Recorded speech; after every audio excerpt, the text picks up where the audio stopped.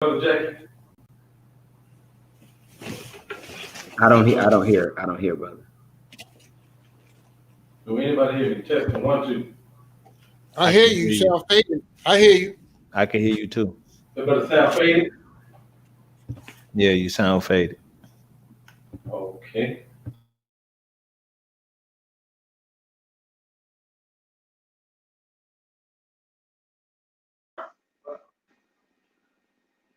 We'll end the broadcast, bro.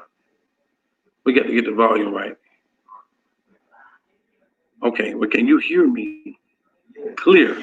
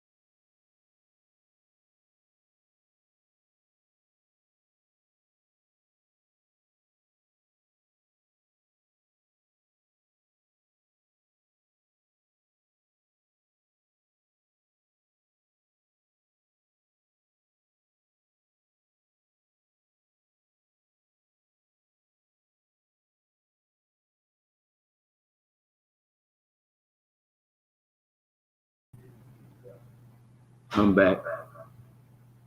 You gotta be muted. All right. How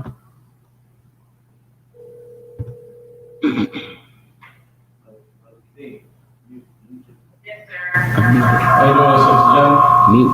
Hi, sorry, you're waiting on me. Yes, ma'am. Here I come. Yes, ma'am. I'm sorry. Yes, ma'am. You got 2 devices over there, right? I got one. I'm trying. I can't. Bruh, one of y'all got to let her in the room. I fell off, so one of y'all got total control. Somebody got to get on and let her in. Who did that? Who did? Okay, you are in control. People coming at the bottom, you got to be the one. Mike, mute my mic. Just go on my picture at the bottom.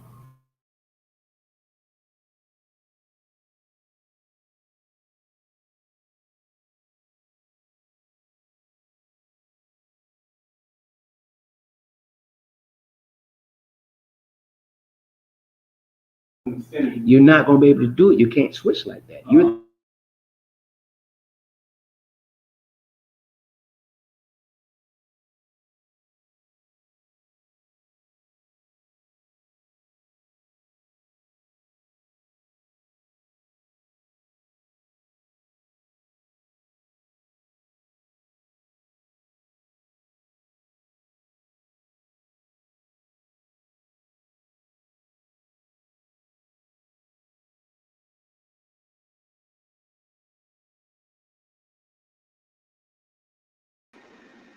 Can you hear that? Can you hear it? Can y'all hear it?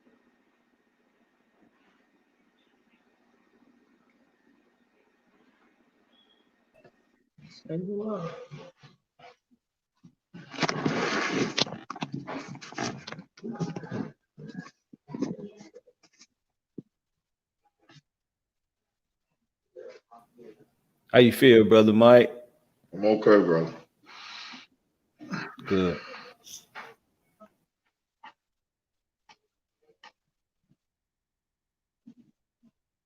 You can mute them if you want to until it's time.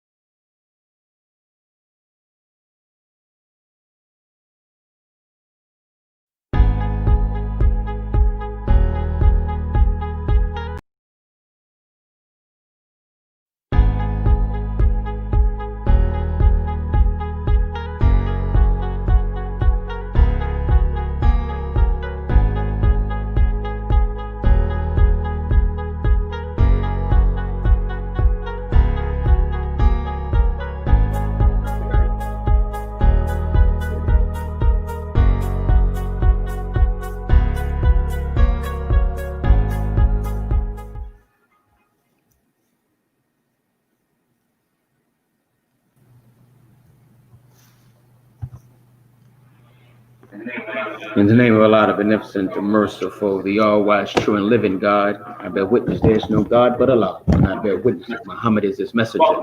Welcome to another episode of Jock Brothers Present, Let Us Make Man. I am your host, Kadeem Amir Muhammad, and we have an exciting show for you today. It's a unique show.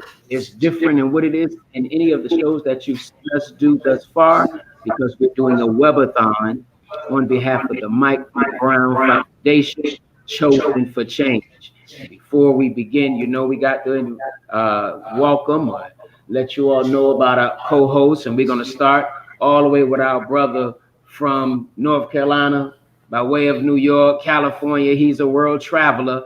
He's in the room. He's in the house. He's in Atlanta today. My man, brother Ahmed BR. Ahmed, introduce yourself.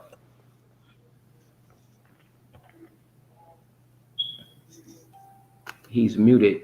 Mike Brown family, we thank you all for showing up and coming to the podcast and sharing with us. My name is Ahmed BR. I'm a youth mentor, community activist, nation traveler. I haven't traveled the world. See the grade. I'm here in Atlanta right now, but I do most of my work in North Carolina and Atlanta, and I'm here today to support and working with the Jock Brothers. And we're here to spread knowledge and wisdom from all of our experiences to the community. Peace and blessings to all.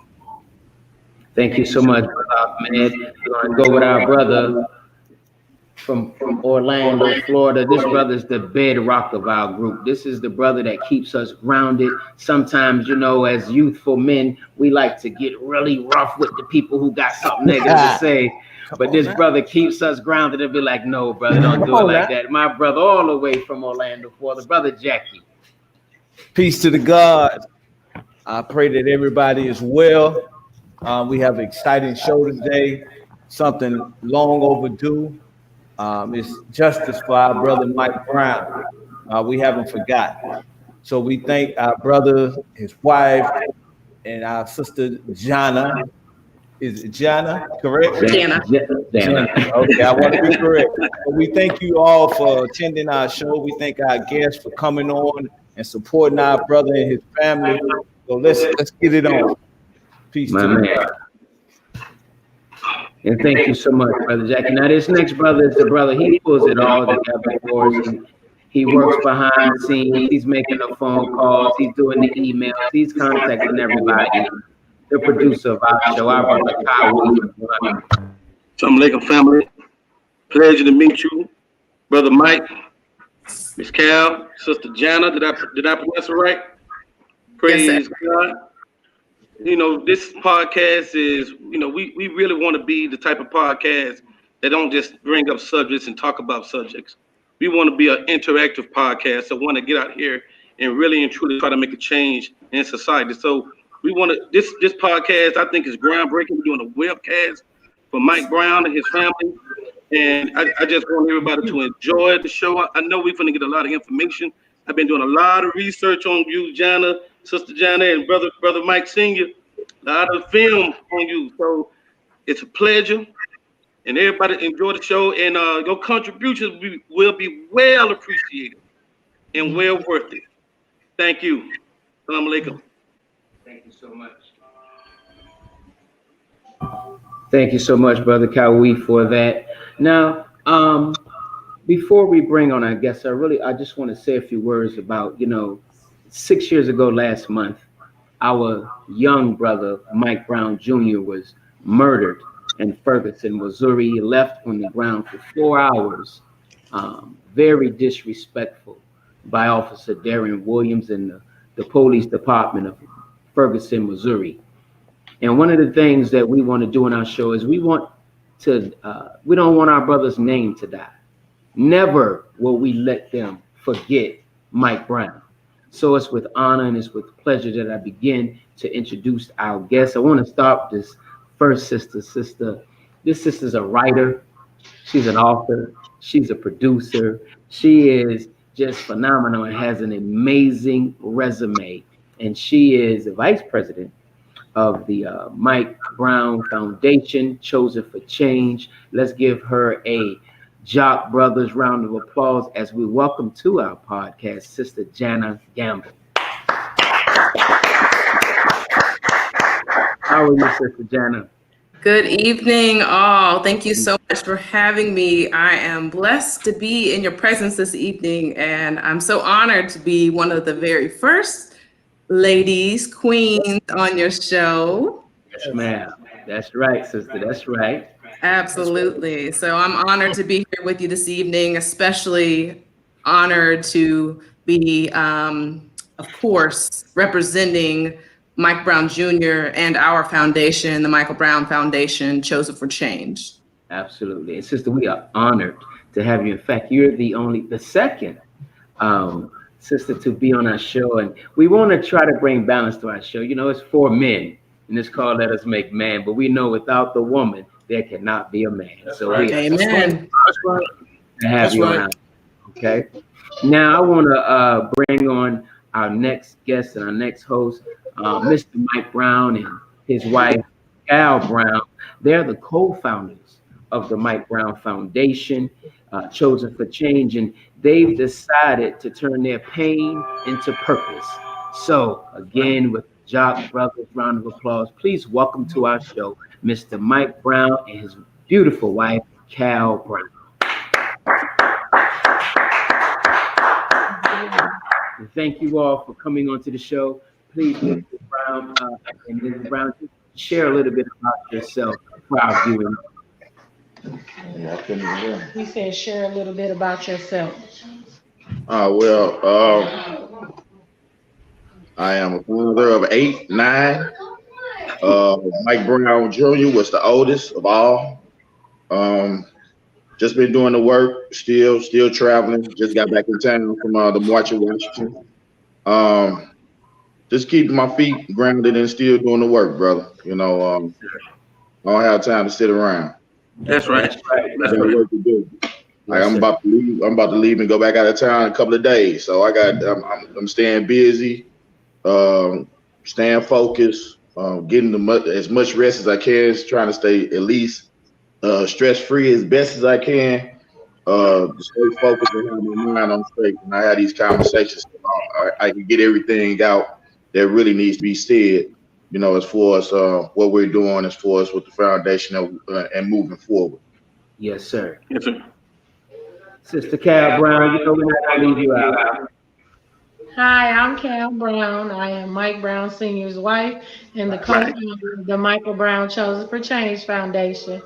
I'm his biggest supporter. Yes, ma'am.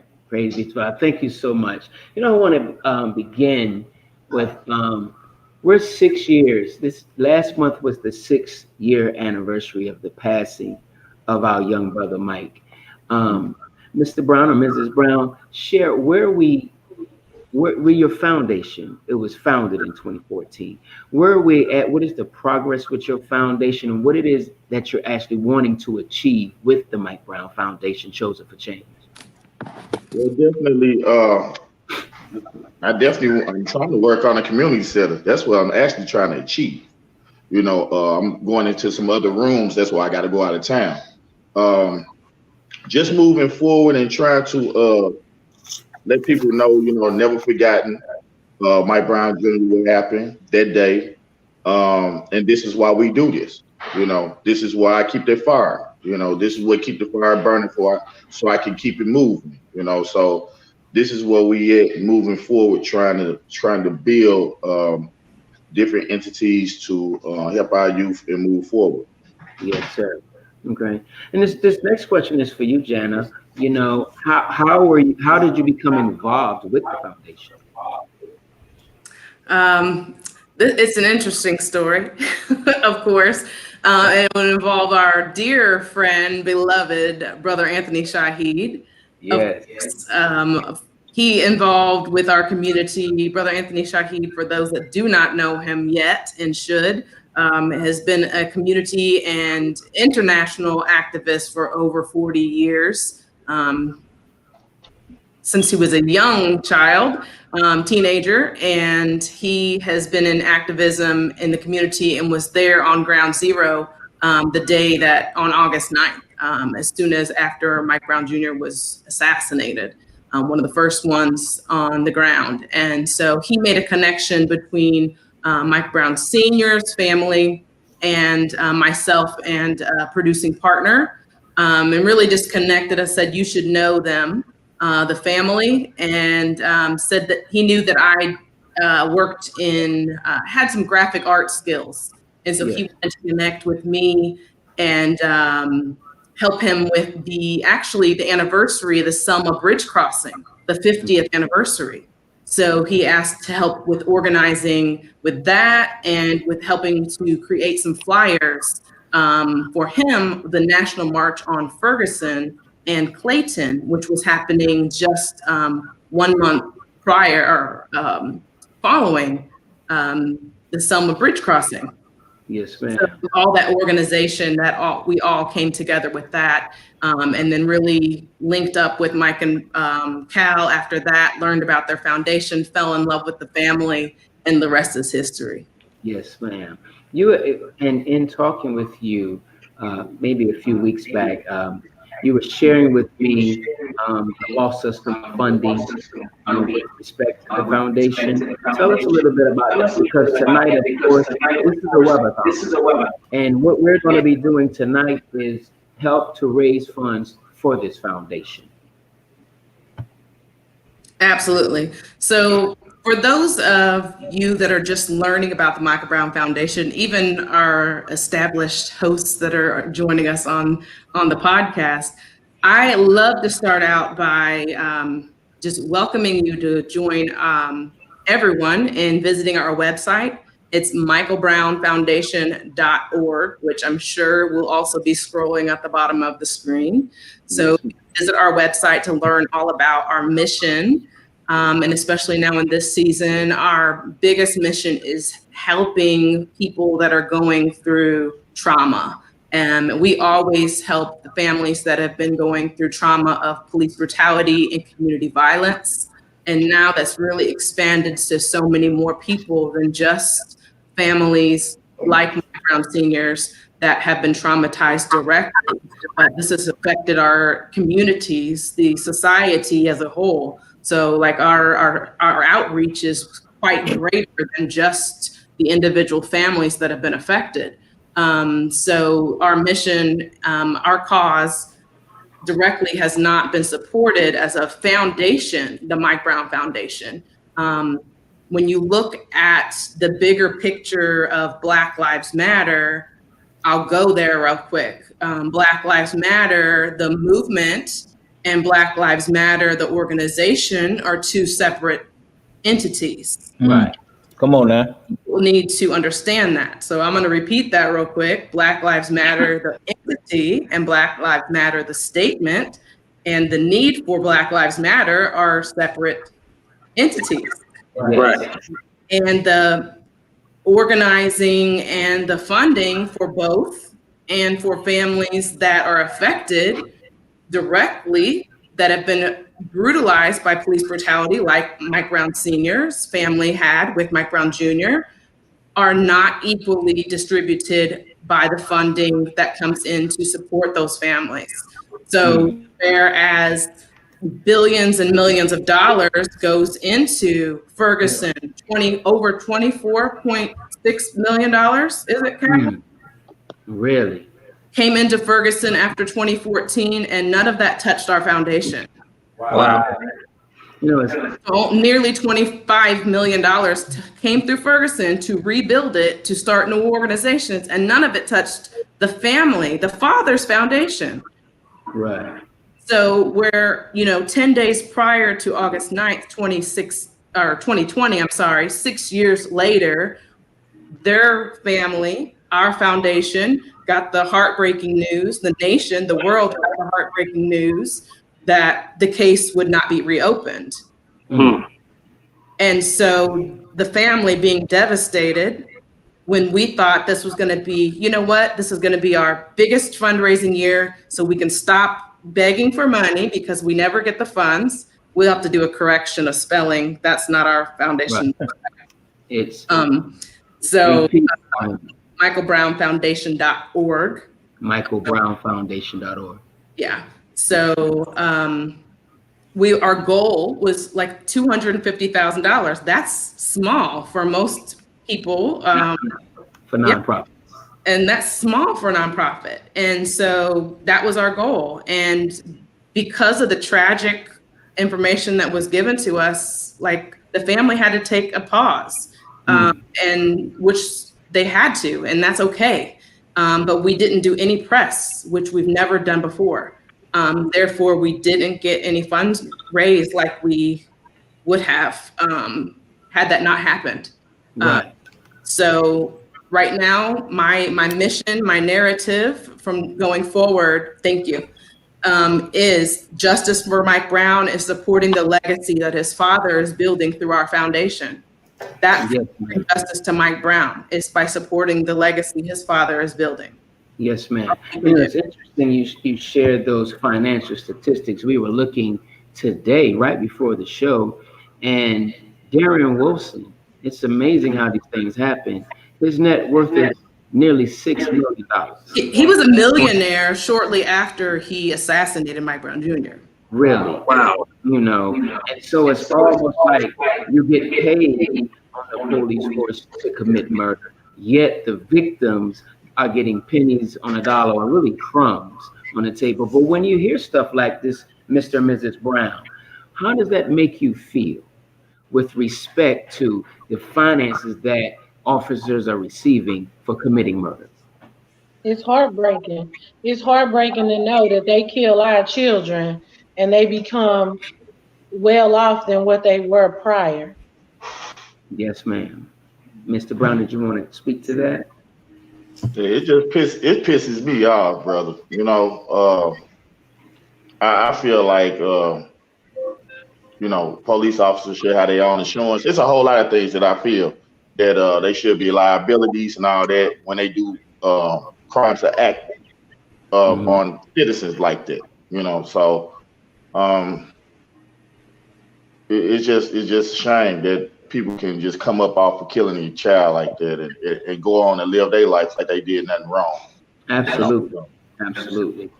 This past Friday in the march that was in Washington, D.C., Mike Brown was the face of that march. And I thought that was just beautiful and timely, So were you involved in that, or how did that even happen? Were you involved in that, him being the face of the march? Yeah, I was involved in it. It was a bunch of other families that was there. It was some new families that were there that just got affected by this police terror. We were supposed to speak, me, Uncle Bobby, Oscar Grant's uncle, but Sharpton ended up getting overheated.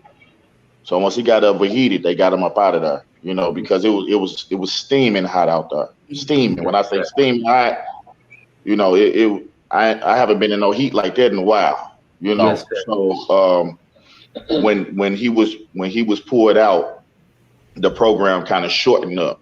So it was another guy that took over. So and then we were behind in time.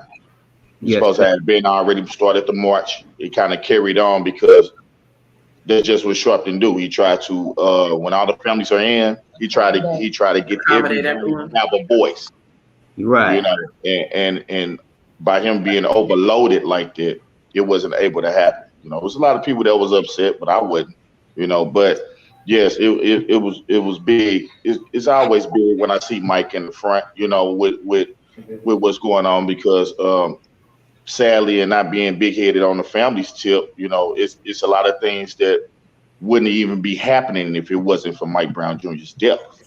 Yes, sir. So the awareness off of his death is bringing life to other people's death. Yes, sir. I heard Trayvon Martin's mother say, and I'm going to misquote her, but the gist of what she said was, prior to her son being killed, she really was not aware or really paying attention to police brutality. Police and this is not new in our community. What was the case with you prior to your son being killed? Were you? Oh, I was a teenager and stuff before. Used to have to stand on my tippy toes and get smacked in the back of the neck with a billy club. You move, we're locking you up. At the same time, we already know that's our balance. If I'm on my tippy toes, you hit me in the back of the neck, I'm going to move forward.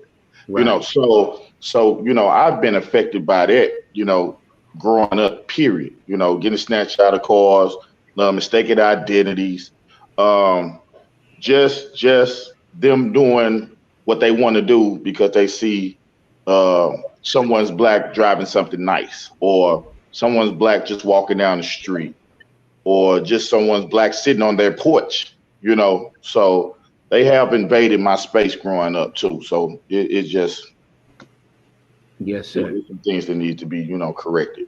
Yes, sir. Let me say to our viewing audience right now, you see at the bottom of the screen all of the ways that you can donate to the Mike Brown Foundation, Chosen for Change. You can use Cash App. There's the PayPal is there. The Venmo is there. Jen, are there any other vehicles by which people can donate tonight, or those are the only three? Those are the best, and they can also visit our website and direct link Mike to Brown Foundation. Donate.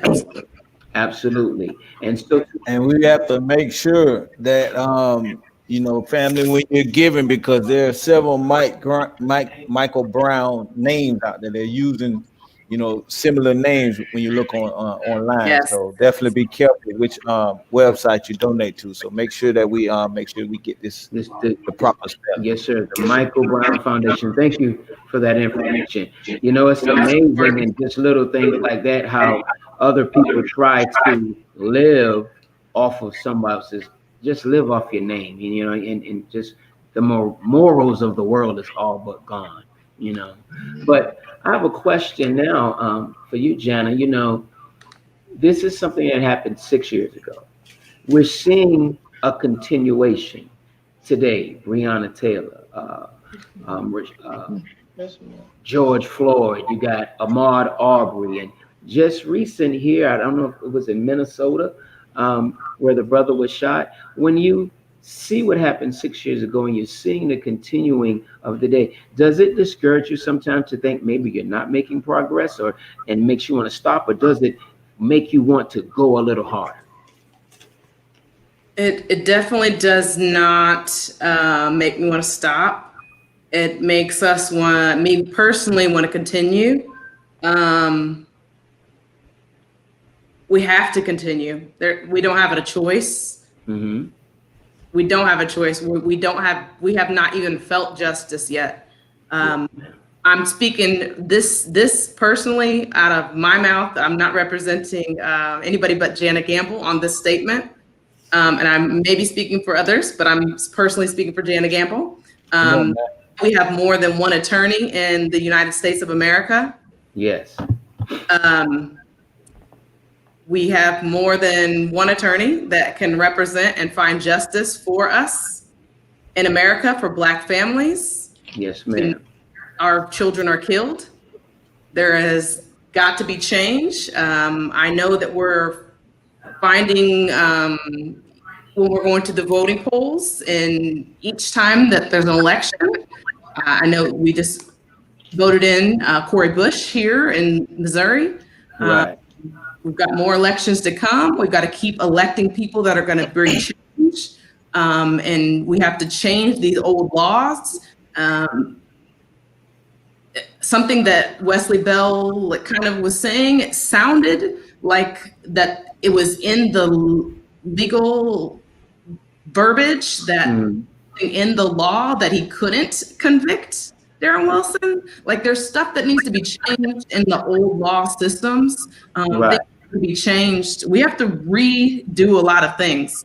I'm probably not saying it eloquently, but there's a lot of resetting and restarting that needs to happen in our judicial system.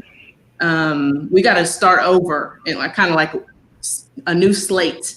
Yes, ma'am. But definitely, I'm not done with the work. I'm not done with the work as a mother, a Black mother. I'm not done with the work as a writer, as a producer, as a vice president PR of Michael Brown Foundation. We have too much work to do, and I'm tired. I'm tired of grieving the loss of Black lives. I'm tired of it. I'm tired of not getting justice. Yes, ma'am. We do have a question from another host, but before we get to that question, you mentioned Wesley Bell, correct? And Yes. he's the new DA that came on and reopened the investigation, but he did determine that he could not prosecute Darren Wilson. Is that correct? That is correct. And Michael actually helped him campaign. Really? Okay. And I also saw that he was also involved in the protesting in Ferguson at the time before he was running for DA. Is that correct? I read something like that. Michael and Cal, you can answer that better. Are you aware of that, Mr. Brown? Say that again. Before he was DA, 6 years ago when the riots broke out, we saw in some research we were doing that it mentioned that Wesley Bell was involved in the protest of the murder of Mike Brown. Are you all aware of that? Yes, sir. He began his journey as a protester. He was out there in the streets with us, and then soon after he became a councilman in Okay, Ferguson. yes, ma'am. All right. Now, our co-host, Brother Ahmed, has a question. Go ahead, Brother Ahmed. Yes. And I'm glad you mentioned about your as with Black Lives Matter. As Black Lives Matter becomes the macrocosm, the small organizations like Mike Brown start to become a microcosm. And platforms that we have, like here on the Jock Brothers YouTube, we are trying to help promote awareness. We're trying to link on with smaller groups to make change, like Chosen for Change. What would you, as you mentioned that there's lawyers in different cities, how do smaller organizations like yourselves, like ourselves, in all these different cities that are being affected by these horrendous events, so they connect with these lawyers and your foundations? What's kind of a setup that they should go to that you can give them a 1-2 step?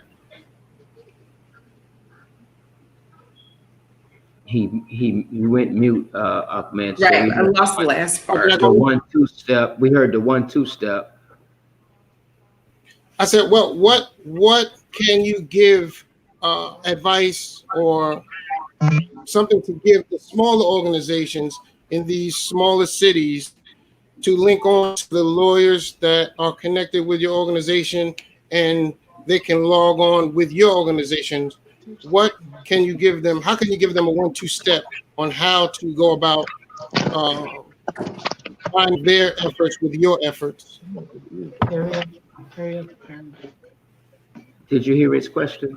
I think I caught it. So what I've best done this year, and I'm glad you asked that, my goal specifically on that note was this year, our whole organization, especially with this virtual event, was, over these last 5-6 years with our organization, we, the celebrities have,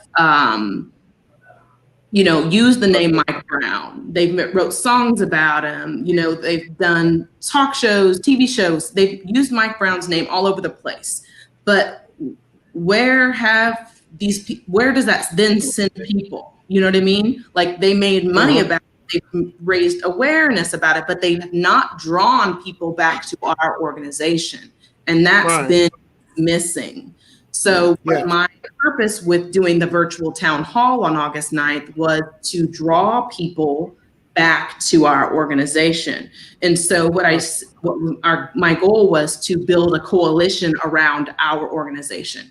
So I said, okay, Devon Franklin, okay, Al Sharpton, okay, Portia Williams, all of these celebrities, you have an influence, you have a reach, you're saying Mike Brown, work with us, partner with us, Jack Brothers, build a coalition, use your platform, now you say Mike Brown, now you say on your website or on your show, you list our website so that your viewers know how to reach us, how to collaborate. So then when you have families that have lost a loved one, they can then reach out to us for healing resources for fathers that have lost a child, so they can link with Mike Brown Sr. to feel, to now link with him to see how he can have resources for them to go through the grieving process or healing process. Yes, ma'am. Thank you so much for that. Now we have different guests that will be coming in and out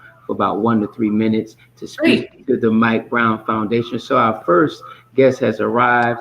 This brother is the local representative for the Honorable Minister Louis Farrakhan in New Orleans, Louisiana. And we want to welcome our brother to the show, Student Minister Willie Muhammad. Welcome to the show, sir. Thank you all, and I'm honored to be a part of this this brief moment with our sister for Chosen for Change and the family of our brother Mike Brown. And thank you all for this opportunity. Thank you, sir, very much. And I came on, I heard what our sister was saying. I think that's very important. And for my brief time, I will say this, sister. After I get off of this show, I'm gonna, on all of our social media platforms and even my personal social media platform, I'm gonna make sure I post your information and send it out to the network that I have, and even add it to our local mosque website that other people can know about your organization. That's right. As I was listening to this and thinking about it before I came on, our brother's death really was the catalyst to a lot of this outrage that you're seeing, right? And you see, like, people have celebrated what took place in Minneapolis with the success that the protests, that some of the change that it helped to bring, and some of the changes that we're seeing. But the catalyst, the spark for that started in Ferguson. So I want you all to know, best to my ability, I'll do whatever I can to bring attention to the work that you all are continuing to do. And if you all are ever in the city of New Orleans, don't hesitate to give us a call. Even if there's anything that we can help, please let us know. Yes. Awesome. Thank you so much. Yes. And Student Minister, thank you, brother. Brothers as well, right? Brothers, Minister, man, we thank you. That we're truly honored that you came on to speak with Mr. and Ms. Mike Brown and Sister Jana. And it's Jock, brother. Thank you all. No, and I only tease Sister Jana because I think the first day I called her, I asked for Jana. She was like, she said it's Jana. And I said Jack Brothers earlier, so so we even. Y'all have a good show. We'll make a donation. And salute to you, brother Mike Brown Sr., and all the work that you all keep doing. Don't give up. I know it gets hard sometimes, and sometimes it seems like society goes after the next hot topic, but don't stop, keep going, and I always think about the Most High Elijah Muhammad. In one of his writings, he compared change to, he said, if you take a brick, a stone, and you put it under a faucet, and you let a drop of water drop over it consistently for a period of time, that small insignificant drop of water will wear down or wear a hole into that stone. That's right. As you all, no matter how small your organization may be, no matter how small the effort may be, just be consistent. Right. And if you're consistent, it will bring about the change. So thank you all, and may God bless you. Thank you, Student Minister. Thank you. God bless you, brother. Thank you. Bless you. All right, we have another question. Thank you so much. We have another question from our host here. This question for Sister Jenna as well, and you of course, Mr. Mike Brown, because I think you're the catalyst for this. As I was doing the research, I know you do a march in honor of your son every year, and you do that march for like 4.5 miles. Please tell me the inspiration behind that march and the inspiration behind the 4.5 miles for the viewers can hear that. Well, actually, I haven't did a march in a while, in a few years, for the 4.5 hours. but we do a moment of silence for the 4.5 hours, for 4 minutes, before we release, the doves and everything, and through the program at a certain time, the time that he was murdered. So it's all because of how long he had laid on that ground for 4.5 hours. So that's what that 4 minutes is for. But but we that's what it means.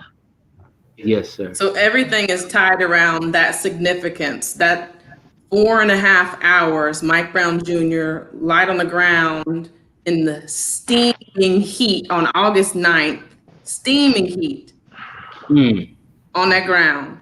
And Right. so everything is tied. Michael walked 4.5 hours or 4.5 miles, and that actually was from his death site to his last Cal, help me. His last accomplishment, his graduation, his high school. Yes, ma'am. It just happened, like God works like that. It happens that that distance ended up that was 4.5 miles. We do a moment of silence at the end of the memorial service every year, 4.5 minutes of silence. So everything that we do, we try to tie that 4.5 minutes to represent. We never forget how long he lied on the ground. That's right. That's right, and we never will. Now, Mr. Brown, you said you all haven't done the march in a while. Is there a plan within the nonprofit organization to really do the march again, or are you kind of just going in a different direction? No, it's a plan to do some marches. I'm supposed to be doing some marches around the country, but with this pandemic, I wasn't able to do anything. So we were, me and a couple of guys gonna get together and do some awareness walking for, with Black men for to hit different memorials where people were murdered. Meet with other families, go to cemeteries, just show other families love, that been affected. Yes. And come on back from there, and definitely I need it done. We definitely need it done in St. Louis, Missouri. It's terrible here. So I might just organize something and put something together here first, yes, in the next, I guess, probably week or two, to bring awareness to our own city, since yes, I can't do a lot of traveling around right now in other cities and make it effective, because I want people to be involved. But with this pandemic, I don't know if it'll get a lot of attention. Right. And we want to keep the people safe. Yeah. Man, listen, how people are. If you look at what's happening around the country, young people are. It's about the fight for us. If you really pay attention to what's happening it happened here in Atlanta, happened up over George Floyd, all over the country. I think when properly organized and the word is out, people will show up. Look at the march. People were there. People were present. And so, even with us, the Jock Brothers, we want to, Sister Jana, we're going to stay in contact with each other. Mr. Mike Brown, we stay in contact with each other because we want to be involved with using our platform to put the word out, to become the glue, the bond between people, but to help make effective change for the conditions that are going on with our people and in our communities all over the country. So we definitely want to be a part of the change that's needed to really fight for the justice that we've been denied for over 460 years in this country. Right? And we want to help build support. We want to continuously help build support. That's right. Thank you. Yes.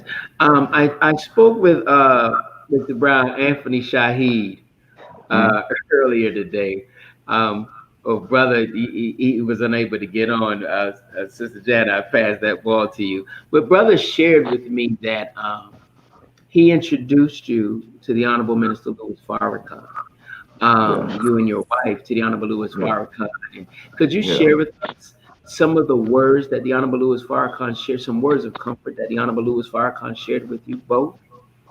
Oh, well, he's a real calm and talking in high spirit man, so I can't really kind of remember what he said, but it was all comforting. I would definitely say it was comforting, you know.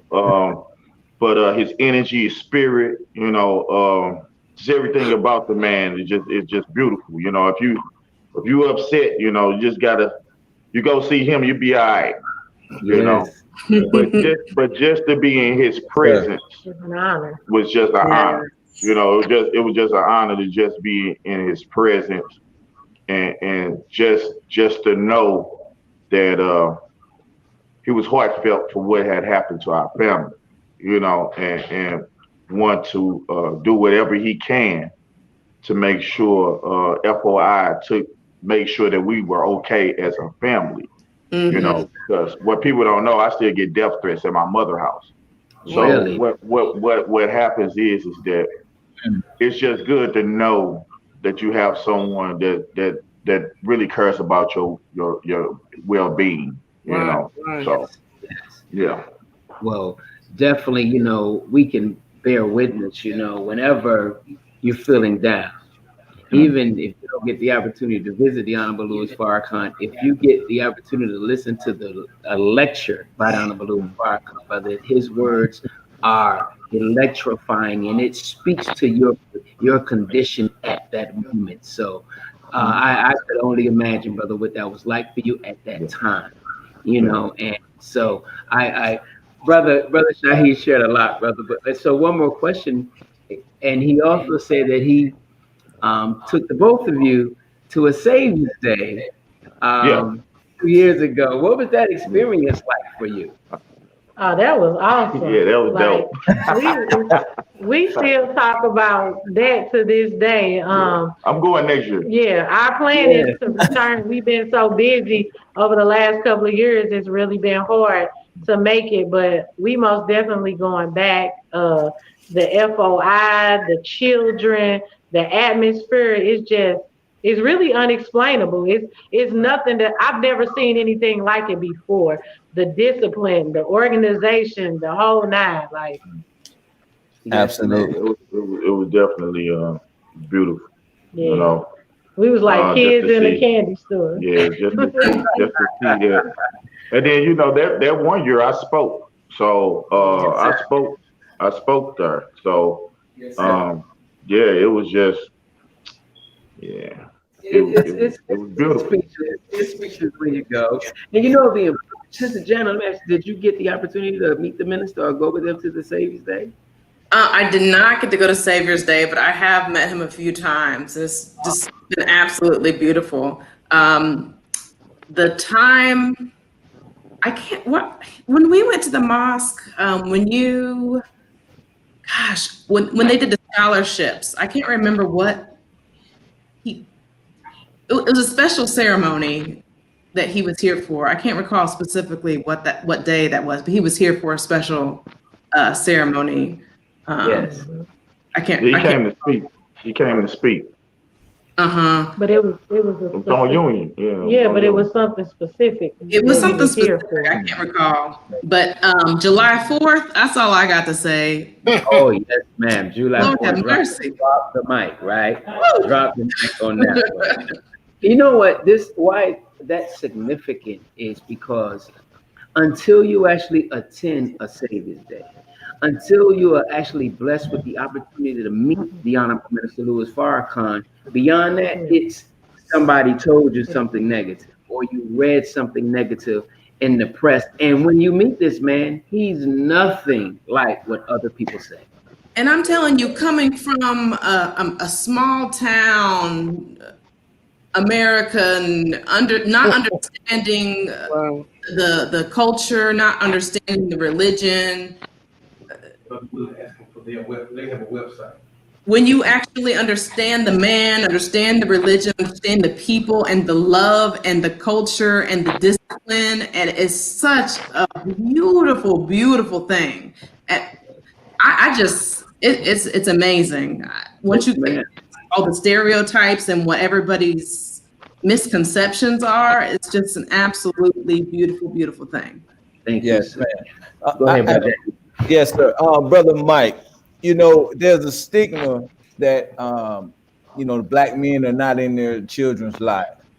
And you, Brother Tracy, Martin, you're the face. You have been out there in the front, leading the charge. Really, that's what we should be as black men. We should be out front leading the charge. Our women has been holding us down for 460 years.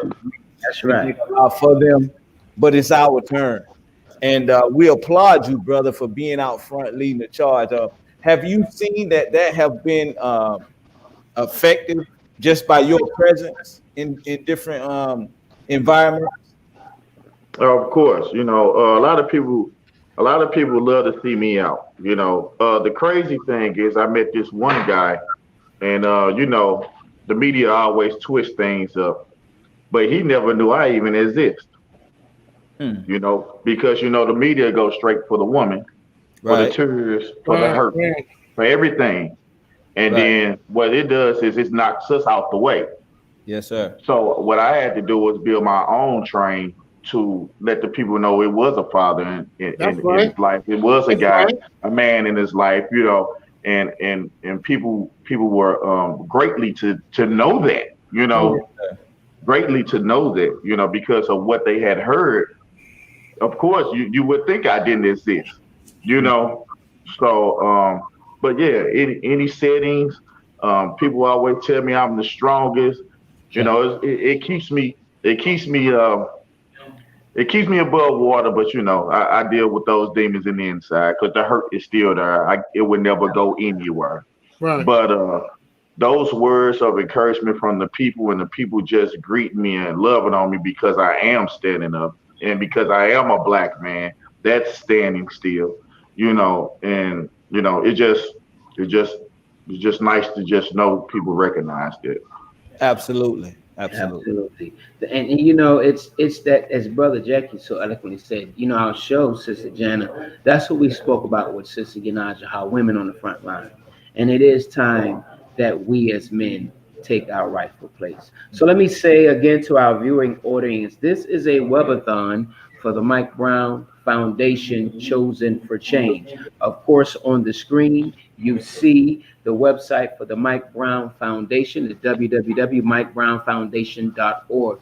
Please go to their website. And actually, if you have, share this website on your timeline, on your Facebook, share it on all of your social media. We will not let the name Mike Brown die. We will do our part to keep the Mike Brown name alive. Also, scrolling along the bottom of the screen, you should see the various different ways while you can make your contribution tonight. You can cash at them at $ Chosen for Change.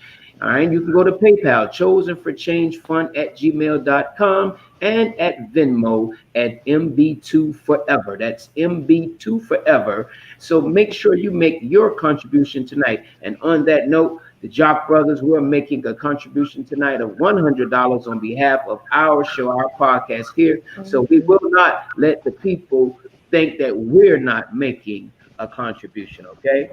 Thank you. You're more welcome. So listen, right after, and you come after this, Ahmed, our second guest that's going to pop in, he has arrived. He's in the green room. This brother is a former NFL player, CFL player, went to LSU where he was a star. Then he left LSU because the coach that recruited him left, and he went to HBCU, but he's a good brother. He's my friend, Mr. Kevin Franklin. Welcome to the show, brother. Thank you y'all for having me on, man. It's a pleasure, and it's a pleasure to meet you guys too. After hearing about Mike Brown and all the stuff that's going on, it's just a pleasure to be on with all of you. It's humbling, for someone, and y'all wouldn't think that, but someone who played ball and did all that stuff, but it's still humbling to meet you, and all the things y'all doing, man. It's just humbling to be here with y'all. Thank y'all for having me. You're more than welcome. Thank you. And thank you for coming on. Did you have a specific question that you want to ask the Browns or Sister Jana? Or did you even want to make any comments about the foundation? Yes, and speaking with the two questions really, and it's just, what can as athletes, what can we do to help you guys further? Y'all see what's going on in what's going on in the media. Athletes are taking a more forward role in activism now. What can, as an athlete, former athlete, and a former player, what can we do to help you guys in any way with y'all causes and especially this cause you have on today? Well, definitely keeping the conversation alive. I know in that field there was a lot of people that couldn't talk. Now they're being vocal now. Yes. And it's just time to get in those rooms with these owners and other people and see what they can do to help small foundations like this. Yes. Be a part of big organizations like that to keep awareness going. Yes. Because it's all about teamwork. We have to find somewhere where we can teamwork and make this thing make some noise. Right. Yeah. Mm-hmm. Yeah. Well, on the behalf of the guys and on behalf of the Jock Brothers and myself, I will be donating, and I'm on here. I think, and God has put me in the place as well to spark other athletes. There are going to be some other athletes after me myself, but we're going to do our best. We're going to donate, and I'm going to do my best to galvanize my guys and all my guys in my community. And here it is, the younger guys that don't know. See, that's what we have. We have a lot of the younger athletes that don't know about Mike Brown and don't know what's the story behind it. And I will do my best on here, and we're going to donate as well. So there you go. So they're not the only ones going to donate. We're going to donate as well. But I want to be a catalyst for athletes and for activists for athletes too, to know that you guys, you're not out there alone. We're going to take up the cause as well, and we're going to take up you guys' cause, and we're going to keep that name alive. And like I said, I am Mike Brown too. I'm from projects. I'm from, my mom did her best with me, just like your beautiful wife. I mean, we're the same people, and I am him because I could have been him, Yeah. So I want to tell you guys, we're here to help you, and I wanted to be a part of this to let you know we're going to donate, and we're going to let the athletes know we're going to know to donate to this cause as well. So I think that's what we need to do. We need to let them know that Mike Brown Foundation is another foundation we can give money to as well. Thank you. Thank you very much. Thank you, brother. Go ahead, brother Ahmed. Yes. As the viewers start to donate, we have a donation that I'm going to definitely present from the 10,000 Fearless House in Atlanta, because they're doing a lot of work in Atlanta, boots on the ground, and they're doing they're doing a lot in Atlanta. So if you look them up, they're a good group. We have a donation from Alicia Starr, also 4,100. But I wanted, Mr. Brown, if you could tell us, I know the movement started in dealing with police cams, and as the community began to get inspired to give, could you tell us some of the hurdles that we've accomplished in these years that we've been fighting? Some of the things like the police cam and those issues. Well, definitely Walker Wild Black. That kind of changed a little bit, harassment, just driving down the street. Those little things has changed, especially in the Ferguson area. They walking the beat now. So it's the communication is a little different there, but what people don't understand is that it's different municipalities in St. Louis. It's just not Ferguson. There's St. Louis City. You got St. Louis County. You got a small county called Delwood, Pine Line. All these different municipalities where you can drive through one. You can get a ticket in one and get a ticket in the next one right after. Less than a mile away. So having these cameras that's up, speed outlet cameras, and these guys sitting in bushes, clocking and all that stuff has ceased. Brother Shaheed has worked with these guys, Highway Patrol. These guys would get up early in the morning and would be on the highway clocking people and writing tickets. About 5, 6 officers on the highway waiting on you to come past. He has stopped that. So it's a lot of things that has stopped, but we still have a lot of work to do. Oh, definitely. Yeah.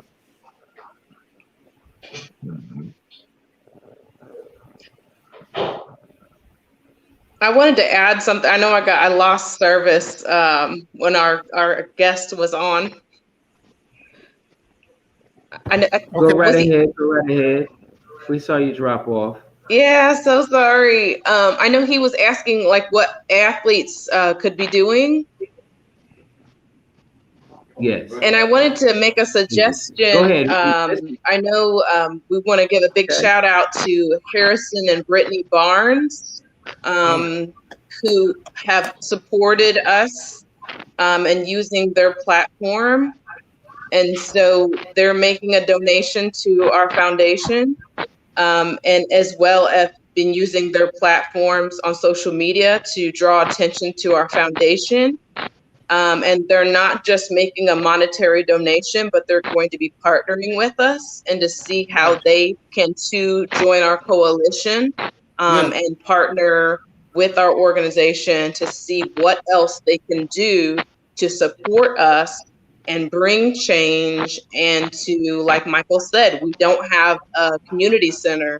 We don't have transportation, and we don't have the funding for our programs. So what else do we need to be successful?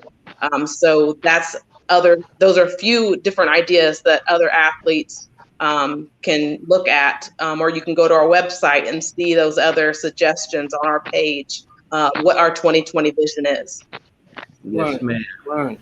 Thank you. And the athletes that the brother that came on, and there's a few more going to come on, we're forming a coalition with some of those brothers. And we're going to do our part. This is something that we're going to talk about, making social change. So when we say, listen, we're going to stay in contact with you guys, because we know that there is a lot that we can do when we unify. The athletes, they can only take a limited stand, but those of us who not in that game, and we're going to bond with them, join with them, we can be the voice. And that's what they really need. Absolutely. Their voice is very limited. I really applaud the NBA players for the stance they're taking with boycotting games and that type of thing. But we want to take a more direct hit at what's going on right now. So definitely know that we will be a part of the change in this Mike Brown Foundation and others. There are other families out there who are suffering these types of things. Okay. I want to, Mr. Brown, was it Mr. Crump that represented your family? Yeah, Crump was on the case, but it's actually Anthony Gray. Anthony Gray? Okay, good. So was Anthony Gray your civil attorney in that case? He took over from Mr. Crump? Yeah. Okay. Yes. No problem. I like Mr. Crump, wonderful brother. Most people mistakenly think he's a criminal lawyer when in fact he's just there for a civil case. But I'm glad that whatever, and really, the city, they offer like the 25 million that come into the city, but the families, again, you get like really crumbs because you can't pay for a life. You really can't pay for a life. So to our viewers that are out here listening, this is just a reminder to you all. You can go visit the Mike Brown Foundation at www.mikebrownfoundation.org. It's there on the screen. That's www.mikebrownfoundation.org. Make your contribution. We don't care if you're giving $1, give $100. Some of you got $1,000. Donate to the Mike Brown Foundation. Scrolling across the bottom of the screen, you can cash at them at $ Chosen for Change. You can go to PayPal, Chosen for Change Fund at gmail.com. You can go to Venmo at the @ MB2 Forever. That's Mike Brown 2 Forever. Please donate, because you and I, that could have been us. That could have been our children. And we would want the people to make a stand for us. We would want the people to help us. We would want the people to support us in our cause. So please make a donation. Doesn't matter how small it is. Doesn't matter how large it is. If you have it, please donate what you can. They used to say in church when I was growing up, I grew up in church. They say, give it till it hurts. Give it till it hurts. You know, so again, www.mikebrownfoundation.org, and all the ways by which you can make your contribution, they are scrolling along at the bottom of our screen. So you're going to hear that from us throughout the remainder of the show. Donate to the Mike Brown Foundation. Donate. That's right. Oh, excuse me, Sister China. You said that money came into the city. Yes, sir. Who actually handled that money, and what was their excuse for not offering anything to the Mike Brown Foundation? Can you explain? So that wasn't like a check, one check that came to the city. That wasn't like a one big check that was presented to the city. It came to various organizations. It was to rebuild Ferguson. So whether that came into individual businesses or to nonprofits, startups, in various ways. Cal, I think you know some more of the breakdown, how the restoration projects, how that kind of was filtered. Yeah, you pretty much said it right. It went to different organizations to help rebuild. They have what you call the West Florissant Corridor. It's a gentrification program that they've been working on for over 15 years. But since the death of Mike Brown, they've been able to move forward in a way like never before with that type of money coming through Ferguson. Yes. Wow, that's amazing. We need to take a little pause really quick because we do have to recognize a couple of our sponsors to our show. We want to keep it going. So I'm going to share my screen here and talk about a couple of quick things and a couple of quick people here for the show. Give me 1 second, let me get this set up. First, you heard mentioned the 10,000 Fearless. The 10,000 Fearless is something that was set up by the Honorable Minister Louis Farrakhan and headquartered right here in the city of Atlanta. 10,000 Fearless is where it's a conflict resolution center, but it's where you can come and be trained to men in particular, but women are also inclusive. But this is where we're looking for 10,000 people that will stand between the guns and the bullets and our people, become trained on how to police our own communities. And if you're interested in becoming a part of the 10,000 Fearless, you can call 678-734-2651 to join the 10,000 Fearless. In addition to that, we would like to thank our brother. This is the brother that makes our flyers. He did a commercial for us. Yes, we coming out with our own commercial real soon. Our brother DJ Rockwell, he also has the Rockwell Radio Show and his own podcast, and he streams every Saturday. And this Saturday night, he'll be talking about beating the internal enemies of fear and self-doubt. His special guest will be Michael Apocalypse Muhammad. So when you get the opportunity, log in to watch this brother on Saturday. It's DJ Rockwell. That's how you find him. He's on YouTube, and he'll be streaming live on his Facebook as well. So we definitely want to make sure that we give both of these sponsors a shout out, and we want to thank them as well. So again, to our viewing audience, we're getting ready for our next guy to pop up on us. But again, www.michaelbrownfoundation.org. Donate. Don't say it again, brother. Donate. That's what this whole show is about. Right. This show is not like last week, the week before that. This show is all about, it's a webathon, all about contributing to the Mike Brown Foundation. We want you to contribute. We want to, maybe perhaps we'll get a running total sometime in the future, because we want you all to know what the Jock Brothers are willing to do. We don't do this show necessarily for ourselves. This is a platform for others. We want other people to benefit from this platform. So again, the Michael Brown Foundation is at www.michaelbrownfoundation.org, and strolling along the bottom of the page, you can see the number of ways by which you can make your contribution. Cash App, $ Chosen for Change, PayPal, Chosen for Change Fund at gmail.com, Venmo at MB2 Forever. So you have no excuse. You can donate no matter how you have to do that. donate. We want to thank the 10,000 Fearless for their contribution and all the other people that have chatted in or texted in that they have made contributions. And we want to be clear because there was a donation from Alicia Starr, and then you said 4,100, Brother Ahmed. Alicia Starr, 4,100 is her name. She did $4,100 donation. I want to be clear because I've almost asked you if she donated $4,100. Right. And I know myself. So no donation is too small. No donation is too small. That's right. Donate the whole 4,100 to go along with her name and her mantra, So we want to thank everybody that's making those donations as we await our next guest. So that's fine. We have another question, Sister Jana. With the Mike Brown Foundation, have you all, with all the other police brutality cases that are going on, have any of those other families reached out to you, Mr. Brown and Jana, to ask you what it is that you're doing with your foundation, and can they do the same?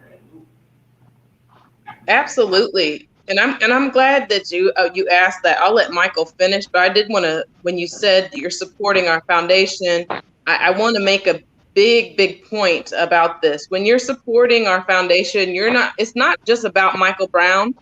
It's never been just about Michael Brown. August 9th is not about just Michael Brown. Everything we do is about all the Black children, all the Black and brown children that we've lost. Yes, this foundation was created because of Mike Brown Jr., but every event that we have, we recognize our chosen fathers. That's the program that Michael Sr. put together. And so he brings his band of brothers with him. So that's why Uncle Bobby is there. That's why Andrew Joseph III is there. That's why Big Rab and Kerry Ball Sr. and Uncle Otis, all these brothers are with him, and he will share more about them, who these men are. James Bolden, all of them. He can share you why these men, why I'm listing their names, and why we talk about more. Sister Janice names. So, Sister Janet, you're having a technical difficulty on your end. I'm not sure. After their death. You still there, Sister Janet? My service is acting funny. I'll let you go ahead, Michael. Okay, Mr. Brown, please share with us some of the families and organizations that have reached out to the Mike Brown Foundation. Well, a lot of the families, I have a lot of national families and a lot of local families that I reach out to. I came out with this entity up under the Chosen for Change. It's the Chosen Fathers. It definitely was built because the fathers are always pushed in the back. So I give these brothers a platform where they can speak, be able to say what they need to say. Because Mike did make national news, but a lot of these families didn't get national attention. So I made it where they can have a platform to at least tell their story, at least be able to heal, be able to get it all out instead of what we were taught, keep it all in and keep moving on with your life. That's not helping us. That's actually having a ticking time bomb walking around, without being able to express itself. Yes. So that definitely helps those fathers do that. But ever since Mike, Mike been gone, me and Cal, we have been meeting families, traveling the cities, definitely giving them time, because I hate we got swarmed, but we know how to deal with other families because we have been affected. People that haven't been affected, they actually don't know how to deal with this matter, So we know how to take a step back, give these families a little room, and then we come in and we give them our love and condolences. I speak with the father, Cal will speak with the mother. A lot of times she brings flowers, and she'll take time out to just write them something that really means something from her heart that they can read and take in. and give them some type of encouragement, So we've done it all, brother. We have done it all, and the people have helped us through this journey, and that's one thing that we do really appreciate. But we have had some people come in and sweep some things from up on our feet, but it's okay, Right. Like I tell my wife, I'm back. I didn't have a voice, but I definitely got one now. So, and you got backing of the I'm knocking on doors and shaking them up, So, yeah, but we're definitely doing the work, brother. And like I say, like Uncle Bobby and these guys that I already had, and like Tracy, because when this first happened with Mike, Tracy, Uncle Bobby, and Ryan Davis came in town, and they found me. And they gave me words of encouragement, gave me a hug, told me, any time in the morning, you're feeling down, you're feeling low, give us a call, brother. And that's what I needed, So I'm just returning the favor to other families. Paying it forward. So that's what we do. That's what I've been put in, what God has put in my heart to do. So I have to do my work now. So that's what we. And the sad part is that his family reach goes back as far as Emmett Till's family. Yeah.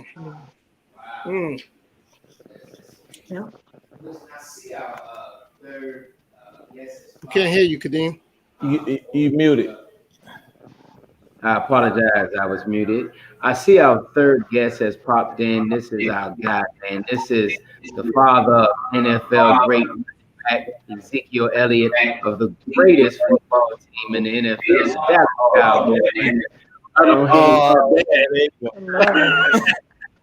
Oh, there you go. Stacey Elliott, welcome to the show, brother. Stacey. We had to get him back, brother Stacey. Can y'all hear me? Yes, sir. Oh, great. Yes, sir. We hear you loud and clear, sir. All right. Honored to be here this evening. Yes, sir, brother. If you could raise your volume up a little bit, and we can hear you clearer. Oh man, it's up as loud as it go. I don't know what's up. We hear you. We hear you. Okay. All right. Was there something that you want to share with the Mike Brown family, dear brother? Well, first and foremost, I want to give my condolence to Mike Brown Sr. and your family. I have longed to really meet you. We're from St. Louis, and we know a lot of the same people, Mike, from Anthony Shaheed to Coach Ray Merriweather. Those names sound familiar. Yes, sir. Charles from Alton, and so I've been the last few years, I've been back and forth, not in St. Louis as much. I moved to Columbus to initially to really make sure my son didn't get lost in the shuffle up here in Columbus, Ohio. And so, and when your son was murdered, I really wanted to come back and get involved in the protest and the activism to try to bring some justice to your son's situation and others. Because prior to Ezekiel he went to John Burroughs in St. Louis, my son, and Matthew Dickies, came up through Matthew Dickies and all of that. And so for most of my adult life, my children growing up, I was very active in the community in St. Louis, dealing with issues in the community. So. All right. So, and we want to thank you for coming on too, Brother Stacey. And along with Brother Kevin, Brother Stacey, and one last brother we actually going to bring on, we're talking about doing something with respect to the athletes, Sister Jana, to really continue to bring awareness to police brutality and mob attacks that's happening all across the country. And as Brother Ahmed said earlier, and our brother Jackie actually said it earlier, Mike Brown is really the face of all of this. This really kind of started his case, his murder. Just, we have to call it what it is, And so we're going to continue to push, and we want to thank you, Brother Stacy, for coming on, man. And that's right, I forgot you from that Missouri area. I have you connected to Ohio for some reason. I know your son played ball there, and so that's where I have you connected at. But yes, Missouri, because you played ball there. Children, I have a 14-year-old that goes to John Burroughs right now in St. Louis. And yes, sir. If I may share something, first and foremost, Brother Mike, God willing, in 2021, we're going to do a gala, and we just started the Ezekiel Elliott Family Foundation, which I'm the chair. My goal is to raise $5 to $10 million, and next year, that's my next year's goal. And I would like to get in touch with you and talk about some things that we could do when we do our weekend gala to put a focus on justice for your son, and also help raise some money for y'all's foundation. The main goal of my family foundation is to write checks. We're going to become Jock Brothers nonprofit. Praise be to God. And we want to thank you. But Brother Stacy, we want you to stay with us as well, and along with Brother Kevin. I think Sister Jana has some technical difficulties. Brother Shaheed has been calling us to become a part of the show. So, but before that, I want to come back to our viewing audience and our listeners. Please visit www.michaelbrownfoundation.org. Contribute to the Mike Brown Foundation Chosen for Change. Strolling along the bottom of my screen, you see the various different ways by which you can make your contribution tonight. Cash App, $ Chosen for Change. PayPal, Chosen for Change Fund at gmail.com. Venmo, at MB2 Forever. Make your contribution tonight. Do not wait till tomorrow, because something gonna happen tonight and you ain't gonna have it tomorrow. All right, so make your contribution tonight. We are gonna drive this point home for the little time that we have left. So again, www.michaelbrownfoundation.org. We're gonna replay this all week long. So if you missed us tonight, you're going to be getting the replay tomorrow. We're putting out on our Facebook, on our Twitter, on our Instagram. So as the other people, those people that you're listening to the replay, donate to the Mike Brown Foundation Chosen for Change. Cash $, Chosen for Change. PayPal, Chosen for Change Fund at gmail.com. Make your contribution. All right. So I think Sister Jana's trying to come back in. We got her back. She had to go outside, Sister Jana, for that reception. Look, I'm like, if I have to stand in the rain, I'm gonna get back on. That's right. Whatever it takes, sister, to stay on. I like that spirit. I like that. Like black woman. So, Mr. Brown, Jana, my next question is, where are you all going from here with the Mike Station? What's the goal? What's the future plan? Our ultimate goal is to keep fighting for justice for Mike Brown and focus on building the legacy that he deserves. You know, in the beginning, so many people defamed his character, and nobody really got the chance to know who Mike was. So that's why I took the time last year to create an exhibit called As I See You exhibit. And it was an exhibit of Mike and who he was and the things he liked and the people he loved. So, you know, my ultimate goal is just to make sure we continue to build his legacy in the manner in which he's deserving of. Yes. Mr. Brown, did you want to add to that? That's it right there, brother. My man. On that same token, with that, Cal has made a beautiful, she started her exhibit. So it's called the As I See You exhibit. And if you want to go on our social media, you can even look on Instagram, like hashtag As I See You exhibit. And that was just the start. She got to birth it, but she did not get to complete her vision. And even the artist that we hired did not give her, like, it was almost it was an insult. We had a vision. We gave the artist our vision, what we wanted, what Cal's vision was for. It was supposed to be a lifelike Mike Brown Jr. What do you call it, Cal? Replica. A replica of Mike Brown Jr. Life-size replica, and it was really an insult. And so we are looking for an artist to give us a life-size replica of Mike Brown Jr. and to actually build out this As I See You traveling exhibit of Mike Brown Jr. For Cal, her vision, so that can actually travel and raise money and awareness for her vision. And like we said, you know, our foundation has not had funding since day one. So we do not even have capital. We have not had any funding. So we do not have a building. We have no, we don't have headquarters. We don't have a budget. We don't have funding to pay staff, you know, like we don't have vehicles to pick up kids to take them to do activities.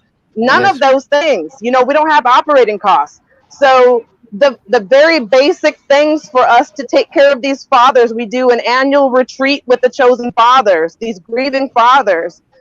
So these men that have these trauma and they need, you know, special counselors that come in to do these retreats with them and, you know, activities for healing and all the things that this 3-day retreat, you know, that once a year that we do with them.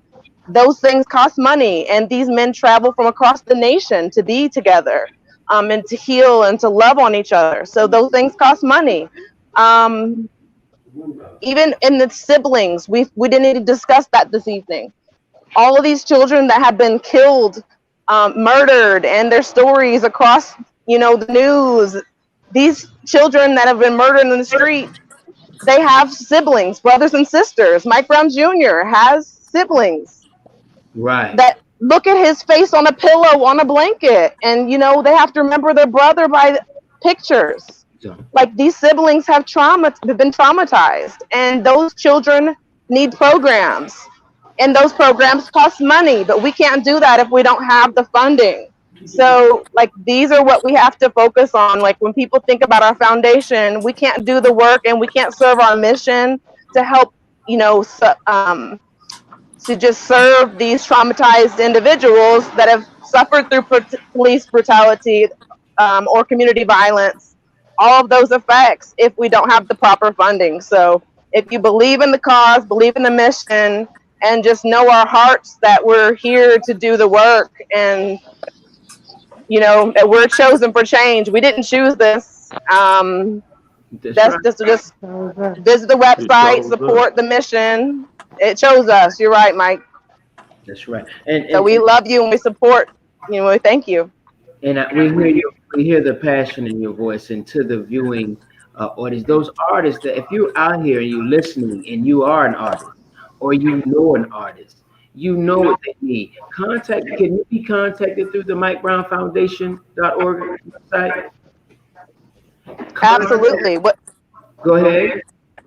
Yeah, visit the website, MichaelBrownFoundation.org, and you can, all the contact information is there. You can send us an email, you know, shoot us some ideas, whatever you'd like to do. If you're into film, whatever you're into, we're about that. So, you know, there's all different avenues. Use your God-given gifts, and we have all kinds of ideas. We have a great vision, and we haven't been able to put anything to work. You know, our mission steps that we would like to do. So just contact us, join our coalition, and help us, you know, get to work. That's right. So for everybody listening, if you know that you have a gift, skill, and talent, and your gift, skill, and talent can be used to assist the Mike Brown Foundation, please contact them through the website, www.michaelbrownfoundation.org. Also, this is a webathon. You're donating tonight to the webathon.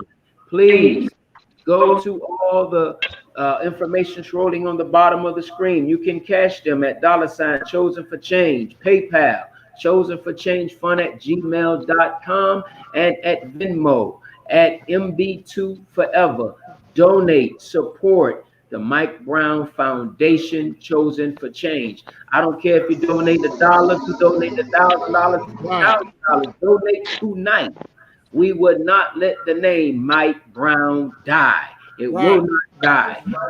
Brutality and mob attacks have been going on long enough in this country. And if the federal government is not willing to back and help us, then damn it, we got to pool our resources and help ourselves. That's right. To the Michael Brown Foundation. I'm curious. Yes, sir. Where do you guys want your headquarters to be? Michael.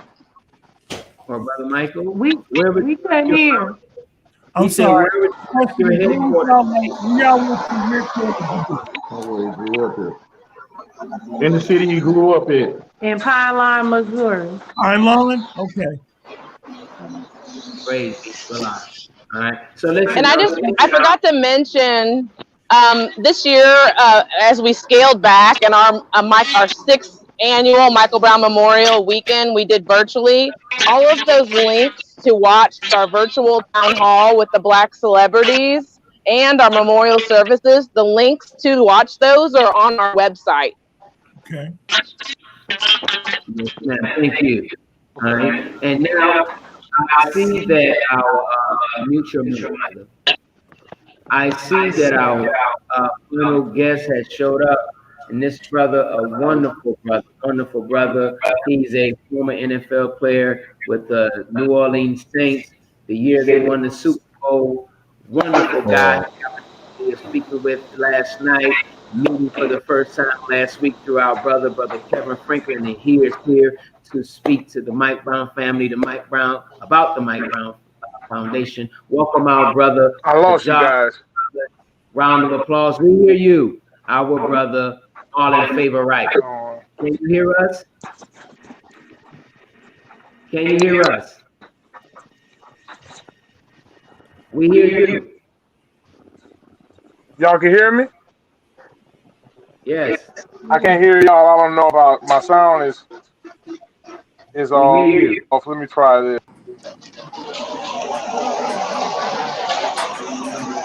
How we sound now? We hear you. We hear you.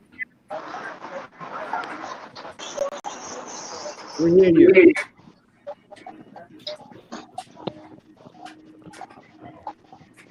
We hear you. Go ahead, Marlon. We hear you loud and clear. Well, God willing, I'm gonna be getting in touch with y'all, Mike Brown Foundation, Big Mike, and I wanna see what we could do to help. You know, make some of these. How about now? Y'all can hear me?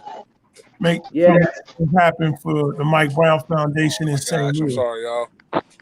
My for some reason my Thank sound you. isn't working. I can't hear you guys at all. Yes, sir. We're gonna work it out with you, brother. Don't go All right, nowhere. now y'all going in and out a little bit. We got you. We hear you. I'm good now. Okay, awesome. I can't hear y'all, but I just want to tell everybody, awesome. Thanks, brother Kev. I can't hear y'all, but the first thing I want to say is a big prayer to the Michael Brown family. I pray that God continues to keep y'all's family and y'all's heart strong through this time.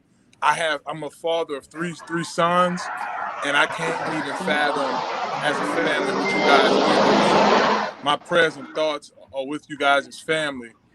Secondly, guys, I wanted to add, I know as athletes, we have such a huge platform and so much we can do with this platform. So I will definitely continue to encourage more athletes to speak up and to use our platforms to to attack these issues. To be quite frank with you guys, we're sick of it. It's just ever since this stuff started to rev up more, it's a cut at us each time. Like every time we hear of a young black man or a black man or woman or any indigenous people, brown or black, get hurt or get killed by people who's supposed to protect and serve, is very disheartening. And I can't express to you guys, first and foremost, y'all are a strong family.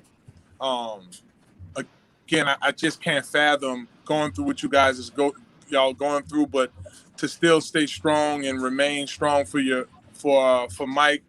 I know he's smiling down in heaven throughout all of this stuff that's going on. So we're going to continue to use this platform. I wish I could do more, y'all. Hello, somebody. But I will make the best donation I can to the foundation because, again, this Michael Brown represents the young black man in America. And that's right. At this moment in time, with all the stuff we're going through, it's not a time for us to divide. It's a time for us to come together. So I wish I could hear you guys. I did hear part of the talking before. The young lady at the bottom. I'm sorry, I forgot your names. Thank you so much for speaking so well early, and thank y'all for y'all time for having me on. Brothers, thank y'all as well. But again, we're going to continue to keep the name Michael Brown strong and alive. And this young man really, his death won't never go in vain. And it was the beginning process of us starting to put an end to this police brutality and just the inequalities in America. So again, thank y'all for joining us here tonight, and may God bless everyone on the line. Thank you so much. Thank you, Brother Marlon. And Brother Marlon, I hope you can hear us. But I wanted, Brother Thank y'all so much. Yes, sir. And God bless everybody on. Until next time, y'all definitely stay up with me. And if there's anything that I can do, y'all reach out to me. And peace and blessings, brothers and sisters. Yeah, my man. Yeah, it's definitely y'all something. Bless me. I know he can't hear us, but it's definitely something all of us gonna have to do. You know, I'm kind of late in getting in on this, but to hear the sister, what's your name, sis? On the bottom, are you the executive director? Jana. Sister Jana, to hear you, I'm gonna keep it 100. I live in St. Louis. We have a home off of Lindbergh and in Ladue Road. So I live about 10 minutes from Pine Line, 15 minutes. And so to hear you, sister, on behalf of the Mike Brown Foundation, say all the things that y'all need. And I've been watching this from afar. Now I haven't been in St. Louis consistently. I've been traveling. I'm mostly in Ohio, but I know all the players in St. Louis. So Right. The free activists, and to hear you, sister, say what y'all need at this point, it disturbs me. Come on, man. What it's telling me is there's a lot of people paying lip service to y'all, and that will sit right with me. Come on, man. The city of Pylon should be donating a building.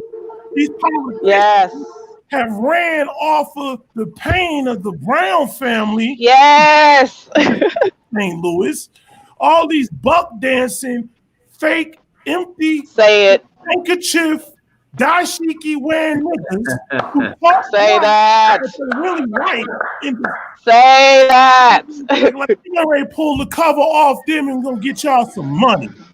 Say that. I don't want to hear all this talk about we ain't gonna leave the Mike Brown family name in vain. You a damn Come on. We need money. And all the yes, people sir. that have used Mike Brown's name. Yes, sir. And you know what? To top it off, and since we're saying that, because Mike Brown Sr. has the name Mike Brown, do you realize that this man cannot work in our city, right? Right. And he has a family of 10, right? Wow. So he's the man of the house of a family of 10, and his wife has chronic heart failure that cannot work. And they have the Mike Brown Foundation that nobody wants to support because they have the name Mike Brown. So hence a problem that nobody supports. And then we're on year 6, hence a problem. And $25 million comes through Ferguson and we don't get $1, hence a problem. Yes. That's a big problem. Ferguson, let me tell you something. Like I said, I'm not originally from St. Louis. I played football at the University of Missouri. And my son, how old is Mike Brown Jr. right now? How old would he be?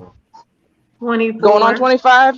Him and Ezekiel is the same age. My son is the most famous football player to come out of St. Louis.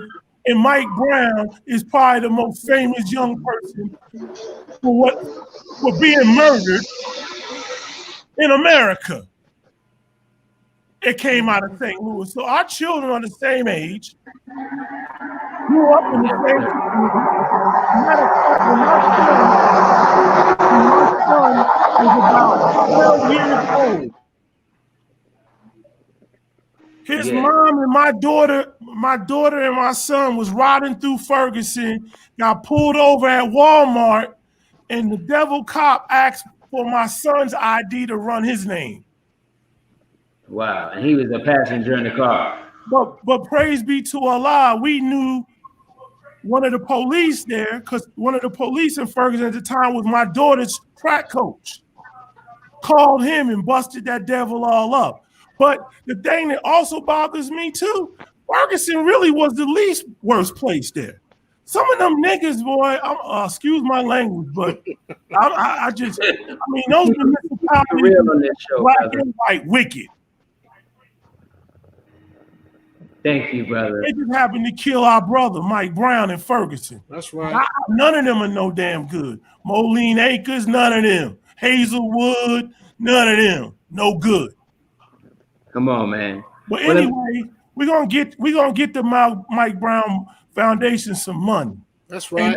And I think, sister, and I'm just saying this from the outside looking in, but I think that's bull that the Mike Brown Foundation got a stain to its name that it can't receive money, when I know for a fact there are Negroes walking around in the last 6 years who done got money off the name of Mike Brown. That's right. If Ferguson don't want to support Mike Brown, then we need to shut them down. I don't get fooled with black faces. That's right. What America don't know, some of them municipalities right next to Ferguson, all black. It was worse than Ferguson. Come on, man. I ain't telling you something I read or in a book or watched on CNN. I live in St. Louis. Let me do this, Brother Stacy. Everyone you're hearing the needs of the Mike Brown Foundation. So we're going to encourage you again. Please visit www.michaelbrownfoundation.org. Contribute tonight, right now, $1, $100, $500, $1,000. Donate to the Michael Brown Foundation. We cannot depend on other people to do for us that which we must and should be doing for ourselves. So go to their Cash App, donate, Cash App, $ chosen for change. It's scrolling at the bottom of the screen. PayPal, chosen for change fund at gmail.com, and Venmo at MB2 Forever. So what we're going to do, we're going to go around. Mr. and Mrs. Brown, we want to thank you. Do you all have any final words for our listening audience tonight? I just really appreciate you guys giving us the time and understanding the struggle and willing to fight with us over the struggle, you know, to build this this legacy and keep this legacy going so we can keep the work going, you know, because people don't know, you know, we was doing this out of my pocket at first, you know, but it's okay, you know, because I was going to do it regardless. If I could do dumb stuff and stand up for that when I was younger and have a son that was murdered and can't stand up for him and go even harder for what I believe in, something is wrong. So even if it had to come out of my pocket, I was going to still support and do what I need to do for my son.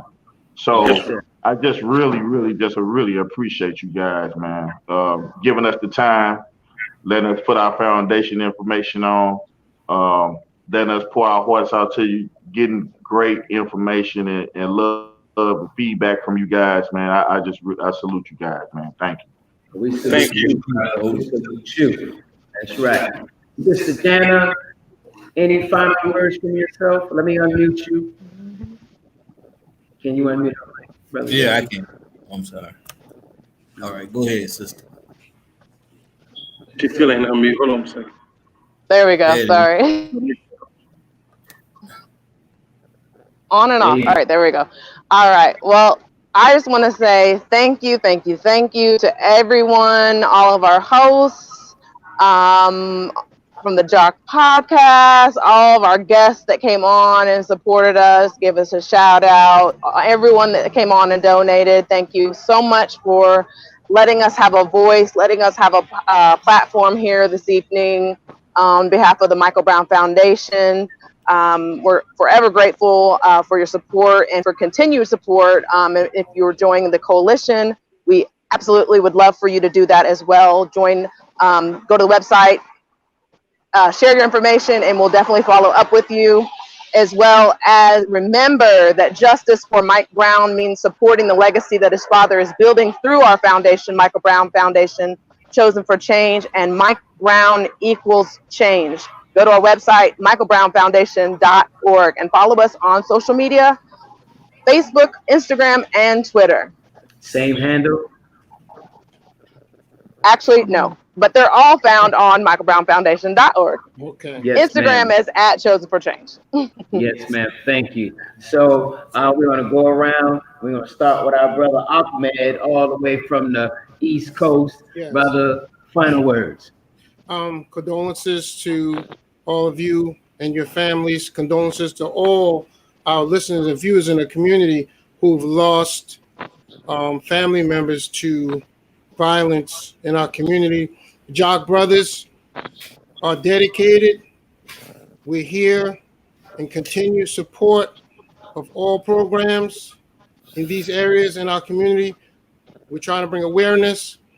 We're trying to bring conflict resolution training and training to young dealing with the police and authoritative figures in our community, because it's both. We're working on both ends. We have to teach on both ends. That's right. May God bless the Mike Brown Foundation for all your efforts and everything you're fighting for. The Jock Brothers are here. We're here to support you. Call us at any time. We want to support your community center and anything else that you have in the future that you need our help with. Donate, donate, donate. Let's make this foundation successful. Thank you. Thank you, brother. And then our brother Jackie, any final words? Yes, sir. Thank you, Sister Jana. I just want to say for holding down the foundation, for leading the charge in that area. We thank you. You Black women, man, you are so incredible. You have been holding our community up for so long. And as well as you, Sister Carol, I want to thank you for holding our brother up, keeping him strong on them times that he's not in front of the camera. Thank you for keeping his spirit going. Thank you for the work that you do that's unseen, that we can see the results of. So we thank you both, our sisters, for doing that hard labor. But my brother, I want to thank you, soldier, for stepping up and standing out front. Get your chest out, soldier. All that training we got in the street, brother. This the time we using it right now. Right. Standing out front in the different avenues that we're not accustomed to. So we salute you, soldier.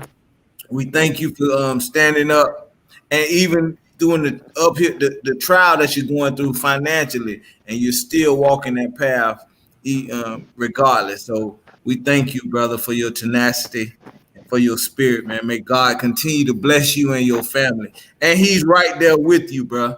That's right. He's right there with you in the chain, but he wants you to learn something. That's why the pain is there. You're learning as you're going through the process. So may God continue to bless you, strengthen you, and keep you and your family, as well as the two sisters as well. So we here though, brother. Thank you all. Peace. And Brother Kawi, any final words? Yes, sir. So the name of this podcast is Let Us Make Man. When I look at you, Mike Brown, in my heart of hearts, but I'm looking at a man. And for all that you have endured, and you, every time I see you, your head is always held high, and you keep pushing forward, brother. Man, you're a great example to brothers out here that's struggling to find themselves. And I just want you to keep doing what you're doing each and every day, brother, to keep your son name alive, to keep making a difference in society. And your wife, man, that's a true soldier that's on your side right there, brother. You keep on elevating her, because when you elevate her, you automatically elevate yourself. And Sister Jana, Jana, your passion, sister, it can't be competed with. I ain't heard no passion like that, sister. I really hope that this podcast really put your word out there, and people open up their checkbooks, man, and just help you and help this foundation. So, man, it was an absolute pleasure for me to hear this. I'm touched by it on a whole nother level. You can't believe. And just keep on pushing. And we're going to stay in contact with you going forward. And anything that we can do going forward, man, just give us a call. We got you. So thank you for all that you've done for me today. Assalamu alaikum. Alaikum salam. We want to thank our brother Kawi. And final words, I really want to say to our brother Kevin Franklin and brother Stacy Elliott, thank you, our brothers. And this goes to the conversation we was having last night as to why it's important that what we know, the Jock brothers and the two of you, that we go ahead and meet as soon as we can meet to form and help foundations like the Michael Brown Foundation. I want to say to Sister Jana, thank you so much, Jana, for taking my call. Just the whole level of communication we've had with this, building up to this podcast. I am so honored whenever we can have someone to come on to our show. Our show is so new. We know we just didn't want to have a show where we were preaching to the choir. We wanted to create a platform to reach out to people like the Mike Brown Foundation. We wanted to reach out and give the listening audience another perspective of things that are going on in the country. Thank you, sis. I really honestly cannot thank you enough. All right. Thank you truly from the bottom of our hearts here at the Jock Brothers. And Mr. Brown, brother, you a strong brother and an inspiration. And brother, whatever we can do, please don't hesitate to call the Jock Brothers, man. We're so very serious about what it is that we're doing. We've been blessed and we are being blessed in our efforts through this podcast to be able to do things and make connections to help our people. And we're going to continue to forge forward and do that. Cal Brown, there's never going to be a strong man without a strong woman. And that's an absolute fact. Keep back in supporting that brother. And brother, just like Brother Kawi said, when you elevate her, you're elevating yourself, brother. So I want to thank you too. I am truly, truly honored that the two of you agreed to accept our invitation to be on our show. All of our listening audiences, whether you gave or not, we want to thank you for tuning in to another episode of Jock Brothers Present Let Us Make Man. Next week, though, we got to tell you, we will have right here the national representative of the Honorable Minister Louis Farrakhan. Our brother, student minister Ishmael Muhammad, will be right here on Jock Brothers Present Let Us Make Man. So we want to thank you all for tuning in. Thank you all for tuning in. Thank you all for tuning in. So next week, Tuesday at 7, same black time, same black channel. We'll see you next week. Assalamu alaikum. Wa alaikum salam. Thank you. Thank you. Thank you.